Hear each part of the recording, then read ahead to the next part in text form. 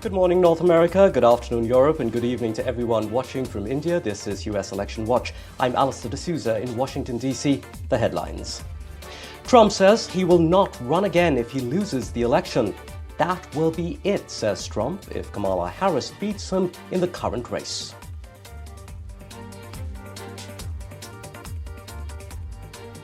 New revelations of how the alleged Trump gunman wrote a letter about the assassination attempt. He is now set to appear in court. The letter confirms the suspect's intentions.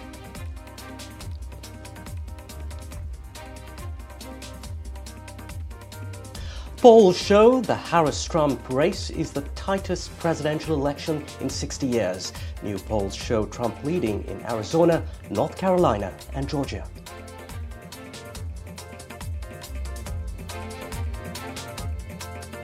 Ukraine President Zelensky to present his victory plan to Biden, Harris, and Trump. Zelensky to push for easing restrictions on weapons use.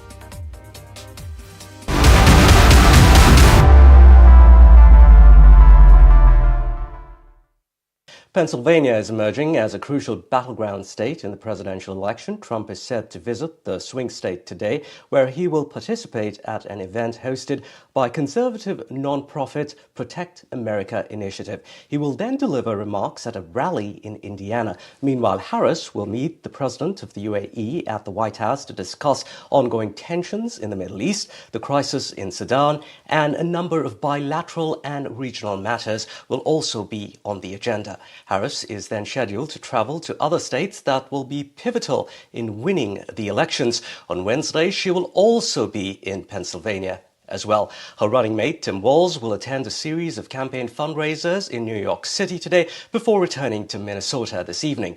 Trump's running mate, Ohio Senator J.D. Vance, will deliver remarks at two events in North Carolina. Harris took in nearly $190 million directly to her campaign in August. That's around 4 times more than the $44.5 million that the Trump campaign said flowed into its principal campaign this month. Now, former U.S. President Donald Trump has said if he's defeated by Kamala Harris this year, he does not plan to run for the White House in 2028. In an interview with Sinclair Media, Trump emphasized he does not intend to pursue another campaign. Trump has been the Republican candidate for 3 national elections in a row. U.S. law bars presidents from serving more than 2 terms. However, questions were raised if Trump would challenge the law. The latest comment is important because Trump rarely admits to the possibility that he could legitimately lose an election. Trump normally insists that could only happen if there was widespread cheating. This is what he said about the 2020 elections and has also preemptively repeated that same claim in this year's election as well. Let's now turn to a special interview lined up today on US Election Watch. Our guest is an Indian-American lawmaker who is elected to Congress in 2016 and is now in his 4th term. Joining us is Democratic Representative Raja Krishnamoorthi. Congressman Krishnamoorthi, thank you very much for joining us here on NDTV. Congressman Krishnamoorthi, Indian Prime Minister Narendra Modi, as you know, is in the US right now. He attended the Quad Summit over the weekend. The Quad Alliance includes, of course, India, Japan, Australia, the United States, which is a counterbalance to China. Now, President Joe Biden hosted his final Quad meeting this weekend, but Biden's not going to be around much longer. He's not going to be president much longer. It's really an uncertain time here in the US. What happens to the Quad after November the 5th? I think that the Quad is going to last well beyond November. I think it's been embraced by presidents of both parties, whether it was Obama or Trump or Biden. And I think that the relationships between the U.S. and India, as well as Australia and Japan, transcend politics at this point. So I think that this gathering is going to continue for many years to come. Is there anything that worries you if we have Trump in the mix, worries you with regards to the Quad and India? No, I think that, Donald Trump will continue to be a friend of India. Although I'm very certain that Kamala Harris will be the next president. In which case we'll have our first Indian American president of the United States, and of course, she will continue to maintain and strengthen relations between the world's oldest and the world's largest democracies in the U.S. and in India. All right, Congressman Krishnamoorthi, let's move to another question that's really important for our Indian audiences. India has a wealth of young talent, many of whom come to the United States to study, as you know. Now, you've recently said that the U.S. really needs a shake-up as far as fixing its legal immigration system goes. You said that it's totally messed up. Firstly, what needs to change? And if Kamala Harris is president, why will she bring about that change, given that the Biden administration had nearly 4 years to fix these problems? Well, unfortunately, she didn't have, and the president did not have, a Congress that was amenable to these changes. Unfortunately, for instance, the U.S. House is governed by Republicans, and they will not allow a single legal immigration bill to come to the floor. And so, we have to make sure that our legal immigration system remains strong. I believe it's our number one killer competitive advantage relative to other countries. That's what brought my own parents and my own family from India to the United States. And I feel confident that if Kamala Harris becomes president and we have a Democratic Congress, that we will get immigration, a legal immigration fix done. And that will mean more prosperity for the U.S. and the world. What kind of fixes are you referring to? Can you give us a few examples, some specifics? Sure. I mean, first of all, you may know this already, but we have numerous people in queue who were H-1B visa holders who have not matriculated into green card status. And so I think there are roughly 1 million people who have an H-1B who are waiting decades to become a green card holder. In fact, if you come from India today as an H-1B visa holder, it will take you more than 100 years to become a green card holder, which is completely unacceptable, as you know. And so one of the fixes is my own bill to abolish the quota, the cap on the number of green cards that can be issued by country to H-1B visa holders. If we were to abolish the cap and award green cards on a first-come, first-served basis, we could effectively deal with this queue, especially from countries like India, and then grant these people some stability to start businesses, to employ Americans, to invest their capital in America and the American economy. Okay, got it, and good to know. Now, Congressman Krishnamoorthi, you are on a very important committee that has a very long name, so I'm not going to get into it. But suffice to tell our viewers that it's a committee that focuses on some sticky issues dealing with economic and security competition in the U.S. vis-a-vis the Chinese Communist Party. Now, Chinese President Xi Jinping has said that the Chinese military needs to be ready to take Taiwan by 2027. That's 3 years from now. Now, if Kamala Harris is in the White House, what will she need to do to make sure that China does not declare war on Taiwan? Well, first of all, you're right about the long name of the committee. It matches my own long name. And as a fellow Desi and Indian American, I think a lot of your viewers will understand that. With regard to Kamala Harris, I think what she needs to do is to continue doing what the Biden administration has done, which is continue to equip Taiwan with what it needs to deter conflict, to deter an invasion, to discourage the CCP, the Chinese Communist Party, from initiating a coercive reunification with Taiwan. And so that's what I would strongly suggest and hope will continue to occur during a Kamala Harris administration. All right, so let's talk about another flashpoint on our planet right now, potential, one that's ongoing.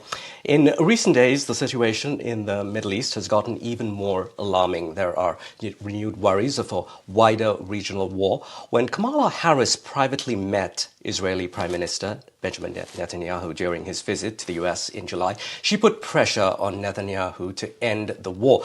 Things, though, have gotten worse since then. Pager attacks, massive Israeli airstrikes on Hezbollah, as you know. Should Harris become president, would it be time, really, for her to pull back those billions of dollars in military funding for Israel? Many have been calling for that, and we haven't seen it. I think our partnership with Israel is rock solid, and it's important that we stand with our democratic allies in the Middle East, including Israel, against any aggression. I think that the most important thing that we need to do right now is come to a ceasefire deal that would involve the release of hostages and massive humanitarian aid into Gaza Strip. I think this is essential, and I think we need to get parties in the region to exert their leverage to make that happen. And I think Kamala Harris will continue to do that. I think President Biden, in his remaining months in office, will also continue to do that. It's my hope that we could come to a ceasefire deal before President Biden leaves office. I think that would be a welcome development and provide some space for the parties to pursue what I believe is the ultimate solution, which is a two-state solution to separate and give the Israeli and Palestinian people a chance at a more durable peace long term. Congressman Krishnamoorthi, personally, how do you feel about how things have unfolded? It's taking so very long. Give us a sense of what's going on behind the scenes. Why are things taking so long, and how do you feel about it? Is it a frustrating, long process? It is. I think that unfortunately what we see right now is a situation where the incentives for getting to a quick agreement are not there on both sides. And we need to create the incentives to get to a quicker agreement. And that will require, obviously, friends, partners, and allies of Israel to continue to urge it to get to yes. But the same is true of Hamas. And unfortunately, Hamas has taken a position where, basically they don't want to be accountable for what happened on October 7th, even though we know that their attack on October 7th on Israel was completely barbaric and unacceptable. And I just don't see a situation where their participation could possibly be reasonable or expected in the long term in Gaza, in its governance. We have a few minutes left, so let's go back to China for a bit. Now, the Biden administration has told TikTok's parent company, ByteDance, it needs to find a non-Chinese owner, or TikTok could potentially be banned come January 19th, around the time the next president is sworn in. Now, 170 million Americans use TikTok. I was talking to a few TikTokers just a few days ago. Some say that they don't see why Joe Biden or Kamala Harris needs to be worrying about cat videos on TikTok. What do you have to say to those voters? Well, I hope TikTok survives as a platform. But what we have said as a Congress is that we don't want TikTok to be controlled by the Chinese Communist Party. That is really the underlying issue. And I think that if the CCP were to get ByteDance, TikTok's owner, to divest TikTok, I think that there'd be many willing buyers, and TikTok could continue to survive as a platform and thrive in the United States. That is hopefully what's going to happen.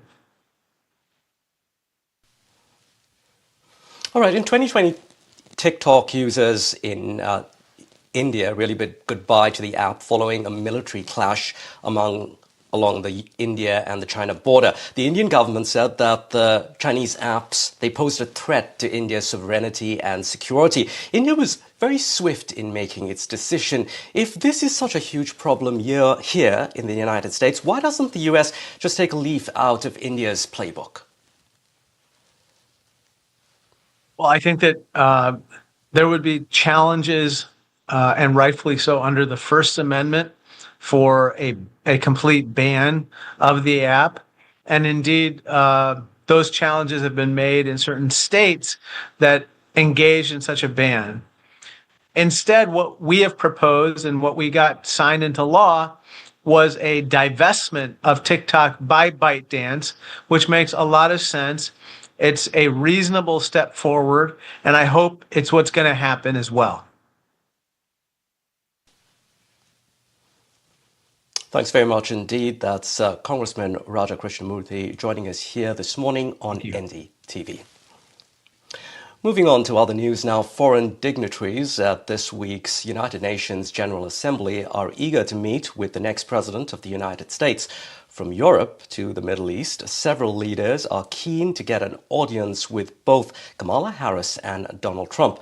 NDTV's Vishal Vivek has more.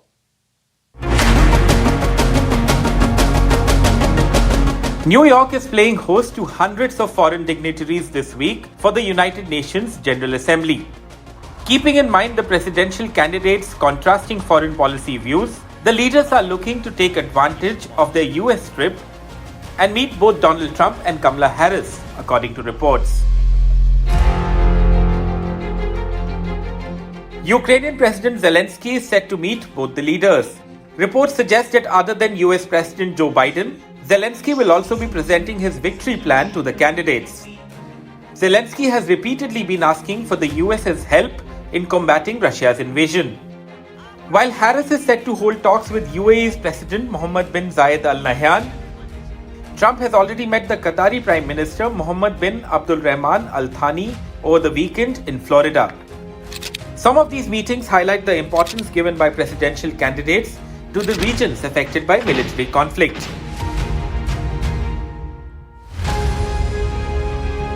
Trump said a few days ago that he was looking forward to meeting Prime Minister Narendra Modi during his US trip.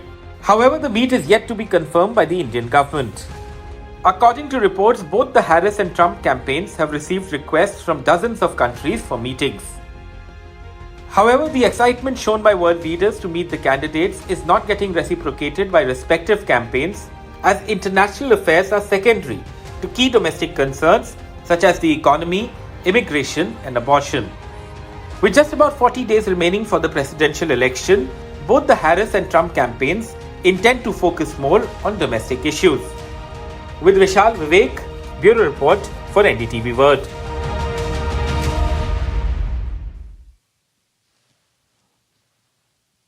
The 2024 presidential election is shaping up to be the closest in decades. It's the tightest race for the White House in the past 60 years. Recent polls show Harris leading nationally with 52% compared to Trump's 48%. The contest remains well within the margin of error and is still too close to call. However, Trump has an advantage in battleground Arizona and leading in tight races in Georgia and North Carolina, all swing states. That's according to the latest New York Times and Siena College survey. We're joined by Associate Professor Hans Noel. He is with the Department of Government at Georgetown University in Washington, D.C. Hans, we do have to take all these polls with a pinch of salt. That's a given. But the latest New York Times poll is particularly interesting. Overall, we've seen Harris mostly leading slightly in previous polls, but the latest one that zooms in on Arizona, Georgia, and North Carolina shows Trump has an edge. Why did that happen? Well, it's hard to know exactly why it happened. As you say, we want to always be cautious looking at any one individual poll. So polls bounce around, and it's could just be noise. It could also be something real, but that won't last. But there is a little slight move in this direction. These are three states that are swing states, but they're swing states that probably were leaning a little bit towards Trump in the first place, as opposed to some of the other swing states that might be leaning a little bit towards Harris. So this isn't a huge amount of news, but it is a change. It's a move in a little bit more of a lead, especially in Arizona.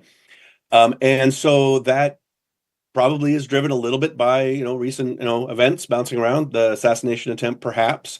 But I think really we'll not know what's going on with these polls or anything else until, we go another week or two and see whether or not that bounce is permanent or is just noise.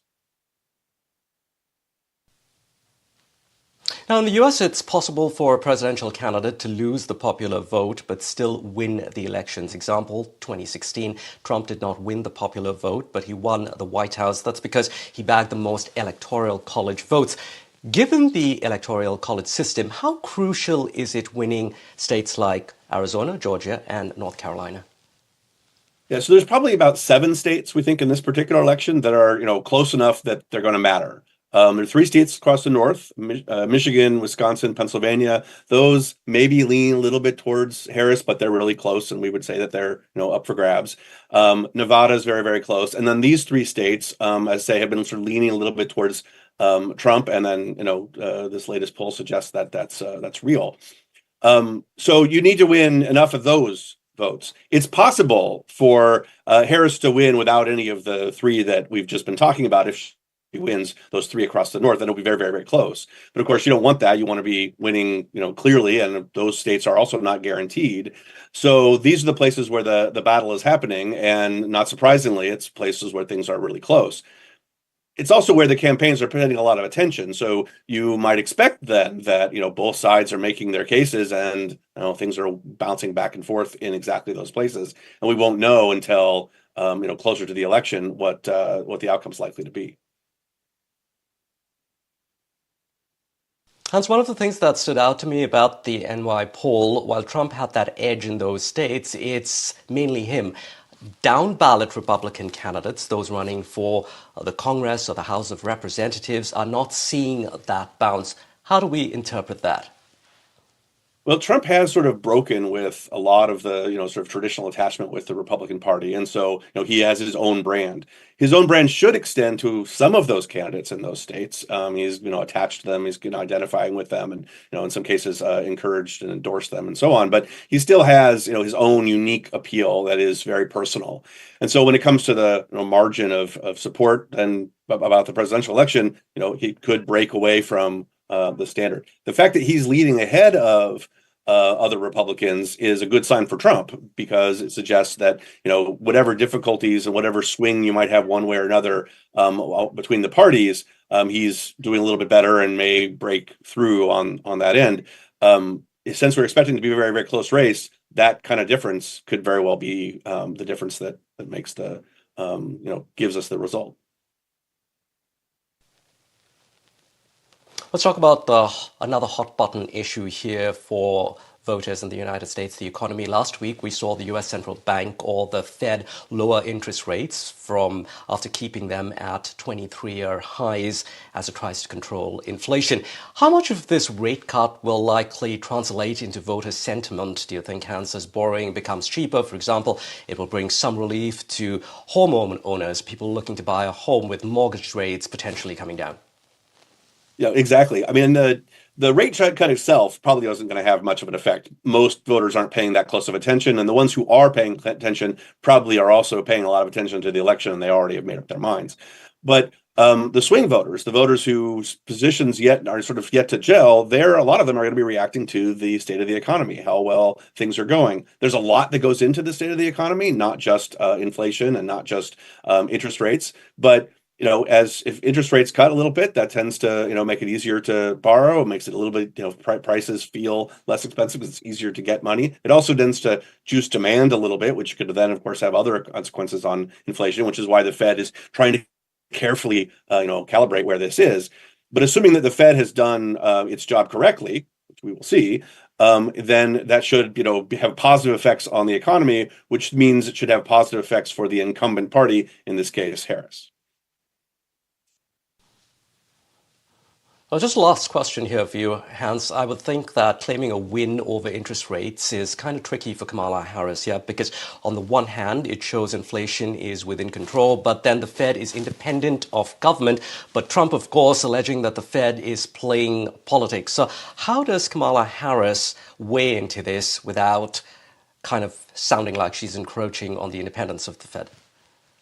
Yeah, I think that mostly the politics of this is going to be inside baseball stuff. It's going to matter a lot to, us here in Washington, but it's not going to matter very much to ordinary voters. And so, the campaigns will say what they say, and they'll try to spin things in the direction that they want to go. But really, is what's going to matter is what are the actual consequences of the rate cut and any other economic policies on pocketbooks. The experience, both individually as a voter, and then also as people look around and what they sense the economy is doing. If they feel like the economy is improving, that inflation is not, is sort of cooling down and so on, then that's usually means that they'll be sort of happier with the incumbent. If they start to feel like, well, no, things are worse and I'm worse off than I was 4 years ago, then they're going to be looking for a change. And how the campaigns sort of spin the specific policies about the Fed rate cuts and so forth isn't going to matter as much as how they spin the state of the economy itself. And if the message that they send about how well the economy is doing.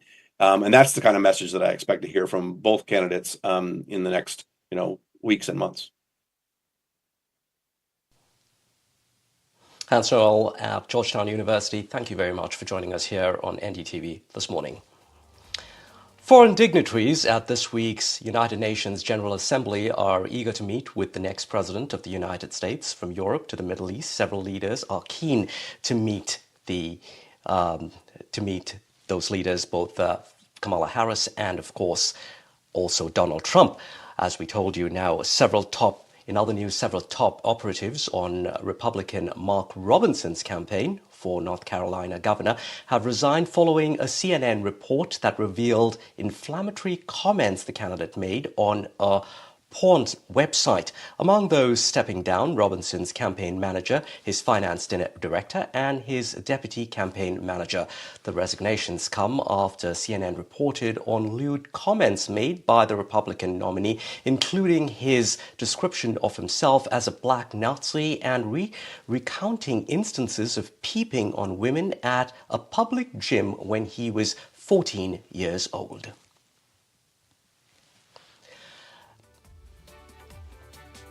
And that's all we have time for here on US Election Watch. Thanks for your company.